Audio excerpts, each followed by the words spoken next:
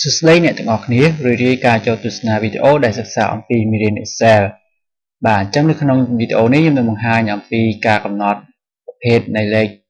បញ្ចប់តែម្ដងតែមុនបញ្ចប់សង្ឃឹមថាការកំណត់នៅក្នុងភាគទី1ដែលខ្ញុំបានបង្ហាញហើយគិតថាពិតជាមិនមានបញ្ហាអ្វីសម្រាប់អ្នកទាំងអស់គ្នានោះទេហើយអ្នកទាំងអស់គ្នាពិតជាបានយល់ច្បាស់អំពីប្រភេទនីមួយៗឲ្យនៅក្នុងវីដេអូនេះផងដែរខ្ញុំបានចាំថាខ្ញុំបានជពាក់អ្នកទាំងអស់គ្នាមួយតទៅនឹងប្រភេទ custom បាទឥឡូវនៅក្នុងវីដេអូនេះខ្ញុំនឹងបង្ហាញតែម្ដងថាតើ custom ហ្នឹងវាមានប្រយោជន៍អ្វីខ្លះហើយគេប្រើវានៅពេលណា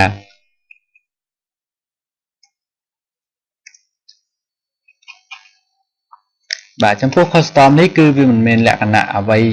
ឲ្យប្រកបវិជានោះទេគឺវាអាស្រ័យទៅលើការកំណត់របស់យើងជាក់ស្ដែងតែម្ដងអញ្ចឹងយើងគាត់ទៅចូលតាម format cell ហើយចូលទៅពាក្យថា custom អញ្ចឹងនៅក្នុង custom នេះបាទយើងអាចលុបចោលពាក្យ general ហើយយើងអាចវាយតាមអ្វីដែលយើងកំណត់ឧទាហរណ៍ថាពាក្យច្រើនចំពោះលេខរៀង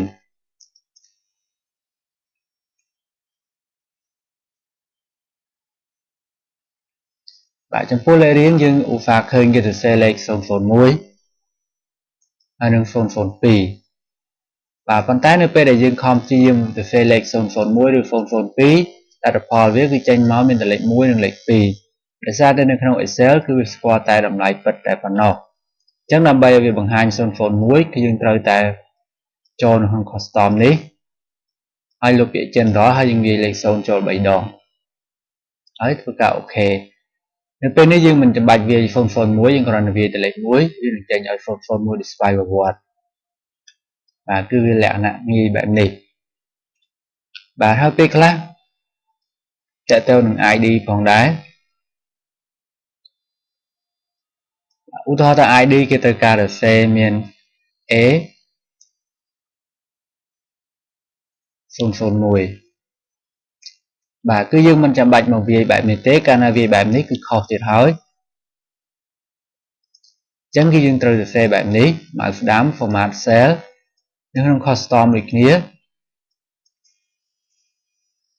បាទសូមបញ្ជាក់ថាចំពោះអក្សរដែលមាននៅក្នុងនេះគឺដាច់ខាតគឺសរសេរនឹងគ្មានកណ្ដុរអញ្ចឹងយើងបើកគ្មានកណ្ដុរសរសេរអក្សរ A តមកទៀតចាំយើងដាក់លេខ0 3ដងអូខេអញ្ចឹងនៅពេលដែលយើងត្រូវការ A001 យើងគ្រាន់តែវាយលេខ1វានឹងចេញ A001 A002 ឲ្យយើងនៅស្វ័យប្រវត្តិហើយមានភាពលឿនផងដែរក្នុងការវាយចូលបាទនេះគឺតកតងទៅនឹងការកំណត់លេខធម្មតាហើយលេខទាំងអស់នេះពេលខ្លះយើងឃើញទៅតាមអគារមួយចំនួនគឺដាក់មានដែរមានតកតងជាន់មាន200មាន300គឺក៏ការកំណត់បែបដូចគ្នាបាទមួយទៀតដែរតកតងការកំណត់លេខ currency វិញម្ដងបាទនៅក្នុងវីដេអូមុនខ្ញុំបានបង្ហាញហើយគឺតកតងនឹងលេខបាទយើងឃើញមានដុល្លារមានចិត្តគ្នាផងមានឆ្ងាយគ្នាផងប៉ុន្តែអត់មាននិមិត្តសញ្ញារៀលទេឥឡូវចង់បាននិមិត្តសញ្ញារៀលវិញម្ដងគឺយើងមកស្ដាំ format cell នៅក្នុង custom នេះដែរគឺយើងវាចូលត្រង់ជ្រូកខាងណាមួយត្រង់ជ្រូក2ដង 0.00 បាទនេះគឺជាទម្រង់ទូទៅរបស់រូបិយប័ណ្ណប៉ុន្តែសម្រាប់រូបិយប័ណ្ណជារៀលគឺយើងមិនសូវឃើញតទៅនឹងក្បៀស00នោះទេអញ្ចឹងគឺត្រង់ជ្រូកខាងណាត្រង់ជ្រូក2 0បន្តមកទៀតយើងចង់បាននិមិត្តសញ្ញាណាមួយគឺយើងបើកគ្មានកណ្ដុរហើយយើងសរសេរចូលមកយើងចង់បានពាក្យរៀលគឺយើងសរសេរពាក្យរៀលយើងចង់បានរើវែកពោះគឺយើងសរសេរធម្មតាឧទាហរណ៍បើសិនយើងចង់បានរើវែកពោះយើងត្រូវដូរ keyboard ជាអក្សរខ្មែរចេញខ្មែរបែបនេះហើយចុច shift លេខ4បាទពេលនេះវាចេញនិមិត្តសញ្ញាឲ្យយើង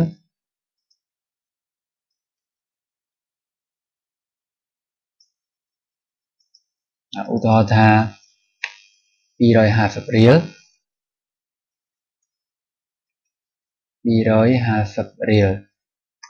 បាទពេលនេះវានឹងចេញនិមិត្តសញ្ញារៀលស្វ័យប្រវត្តិយើងចង់សរសេរលេខប្រមាណគឺនឹងកាត់ខ្ទង់ឲ្យបែបនេះនេះចំពោះនិមិត្តសញ្ញារៀល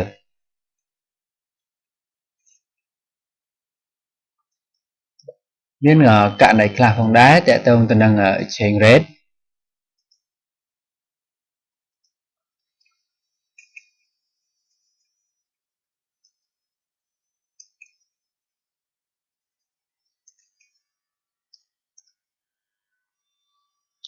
បាទចំពោះ exchange rate ឧទាហរណ៍ថាយើងចង់សរសេរថា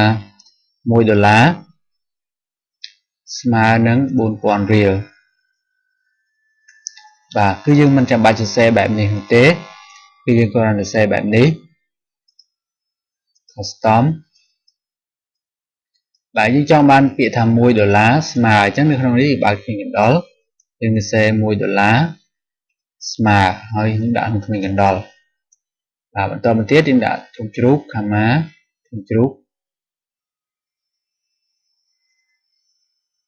20បាទគឺយើងបែបនេះហើយចំពោះយើងសរសេរ$1ស្មើ4000យើងគ្រាន់តែសរសេរ4000ពេលនេះចេញបែបនេះយើងចង់សរសេរ3009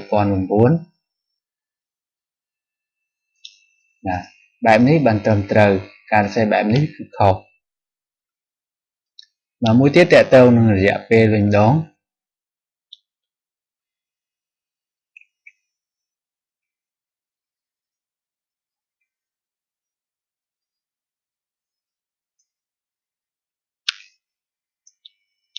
បាទឧទាហរណ៍ថាមានបុគ្គលិកខ្លះគាត់ធ្វើការអាន2ថ្ងៃ3ថ្ងៃ4ថ្ងៃ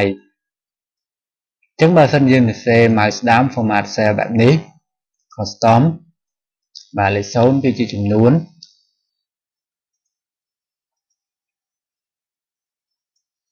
បាទយើង format បែបនេះអ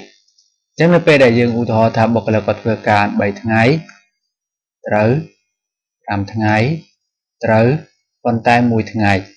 បាទអញ្ចឹងឃើញថាមានបញ្ហាដើម្បីដោះស្រាយនៅបញ្ហានេះ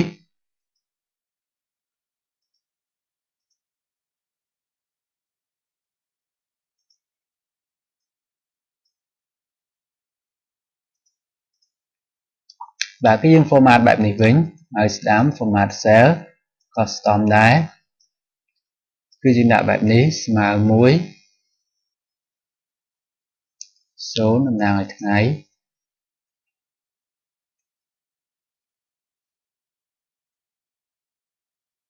1ថ្ងៃ semicolon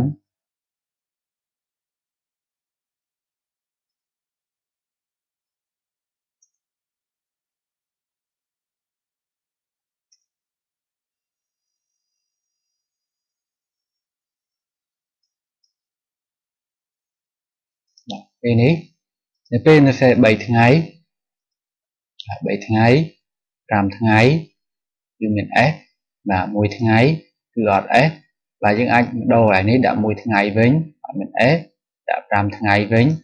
បាទមាន s បាទបែបនេះបានត្រឹមត្រូវមួយទៀតតើតើទៅនឹងប្រាក់រៀលនិងប្រាក់ដុល្លារវិញម្ដង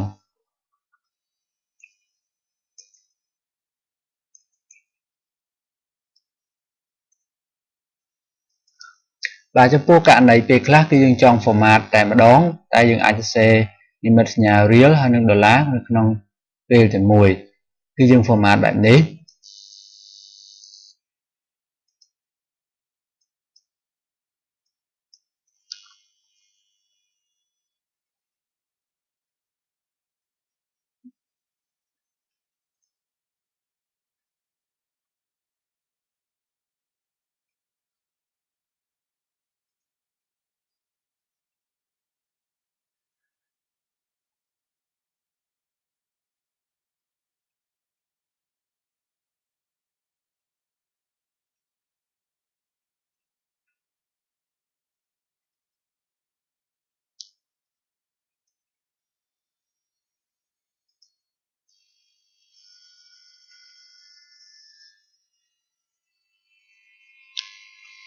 បាទអញ្ចឹងគឺខ្ញុំ format បែបនេះករណីមានលេខរៀលនិងដុល្លារនៅក្នុងពេលតែមួយបាទឧទាហរណ៍ថាបើសិននេះតើទៅនឹងចំណងដៃឧទាហរណ៍ថាបើសិនគេចងដៃ$20អញ្ចឹងគេសរសេរ$20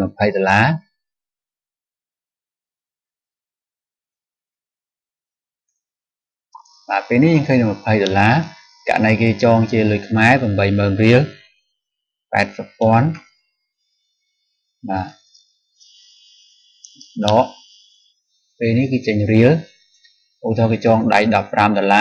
គេដាក់15គេជាលុយខ្មែរត្រូវ 60,000 ជាងដាក់ 60,000 បាទចំពោះការ format លម្អិតខ្ញុំនឹងបញ្យល់នៅក្នុងផ្នែកនេះ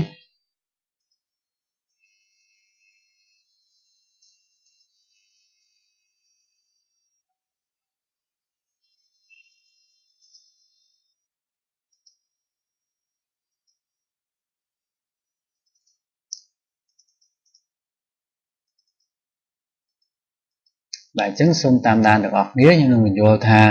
យើងគួរតែ format យ៉ាងម៉េចបាទចំពោះកន្លែងនេះយើងចែកចេញជាពីរផ្នែកគឺត្រឹមសញ្ញានេះមានថាបើសិនត្រឹមសញ្ញានេះមកក្រោមមកខាងដើមបាទនេះគឺជាការកំណត់ផ្នែកដុល្លារដែលយើងដាក់ថាធំជាង0គឺឲ្យចេញដុល្លារនិមិត្តសញ្ញាដុល្លារគឺយើងដឹងហើយបន្តមកទៀតកាយដក clear កាយដក clear នេះមានន័យថាឲ្យសញ្ញាដុល្លារឃ្លាតពីលេខបាទតើទៅនឹងការកំណត់បន្តមកទៀតយើងដាក់ទៅជាង0ឲ្យចេញរៀលអញ្ចឹងមានទៅជាង0រៀងរាល់ពេលដែលយើងវាយសញ្ញាឬក៏ប្រាក់រៀលគឺយើងដាក់សញ្ញាដកដើម្បីបែងចែកគ្នារវាងប្រាក់រៀលនិងប្រាក់ដុល្លារអានេះការកំណត់ចំពោះលេខរៀលនិងលេខដុល្លារមួយទៀតពេលខ្លះយើងត្រូវការកំណត់បែបនេះ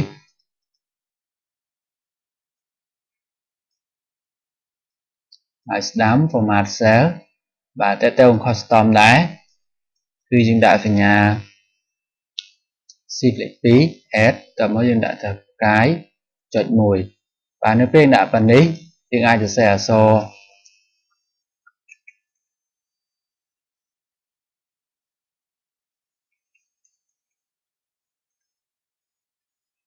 បាទមានន័យថាអក្សរនេះវារត់ទៅស្វ័យប្រវត្តិទោះបីជា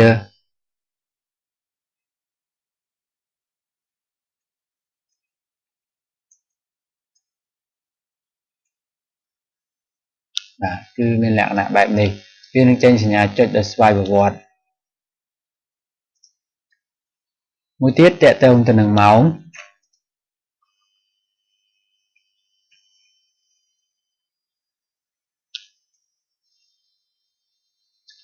បាទខ្ញុំឧទាហរណ៍ថាតេតើនឹងចំនួននាទីវិញម្ដង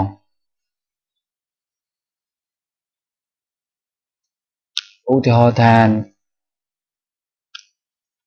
ខ្ញុំចង់បង្ហាញមានចំនួន2ម៉ោង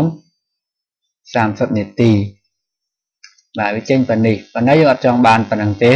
យើងចង់ថែមទៅទៀតអញ្ចឹងចុច custom យើងដាក់ x mm តមកទៀតយើងដក clear យើងដាក់ mn ពេលនេះឃើញ2ម៉ោង30នាទី2ម៉ោង45នាទីអញ្ចឹងវាចេញលូតនាទីបាទសូមជៀសវាងការដែលសរសេរចំនួននាទីចូលតែម្ដងមួយទៀតដែរ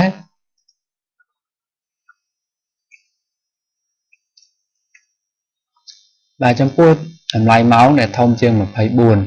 ឧទាហរណ៍ថា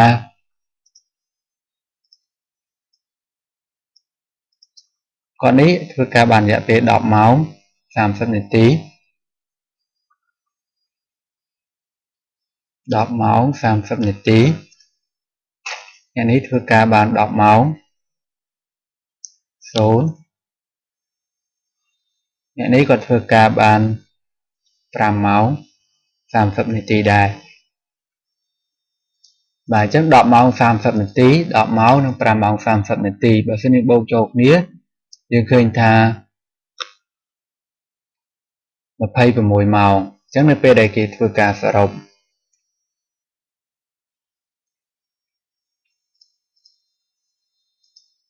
បាទអញ្ចឹងយើងអាចប្រើរូបមន្តសាំ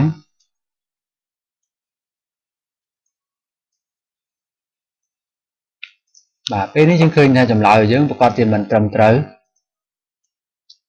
ដោយសារយើងឃើញគឺ26ម៉ោងប៉ុន្តែនៅកន្លែងនេះគឺ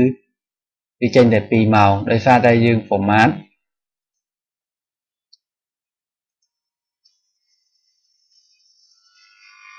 បាទគឺយើងដាក់បែបនេះមានន័យថាដើម្បី កំណត់ចំនួនម៉ោងដែលធំជាង24គឺយើងដាច់ខាតគឺដាក់គៀបនៅជុំវិញអក្សរ x ដើម្បីបង្ហាញចំនួនម៉ោងដែលធំជាង24បាទគឺបែបនេះបានត្រឹមត្រូវបាទអញ្ចឹងការកំណត់ឬក៏ការរបៀបនៃការប្រើប្រាស់ custom ដែលខ្ញុំបង្ហាញពេលនេះសន្មតឲ្យចប់ប៉ុណ្ណេះតាមពិតទៅនៅក្នុងការកំណត់ custom វាមានរឿងរ៉ាវជាច្រើនតទៀតដែលខ្ញុំមិនអាចលើកមកបង្ហាញនៅពេលនេះអស់តែម្ដងទេប៉ុន្តែបើសិនអ្នកទាំងអស់គ្នាមានចម្ងល់អាចសាកសួរបន្ថែមបានខ្ញុំនឹងព្យាយាមបកស្រាយតាមអ្វីដែលខ្ញុំអាចឆ្លើយបានបាទអញ្ចឹងនៅក្នុងវីដេអូនេះសូមបញ្ចប់ប៉ុណ្ណេះសូមអរគុណ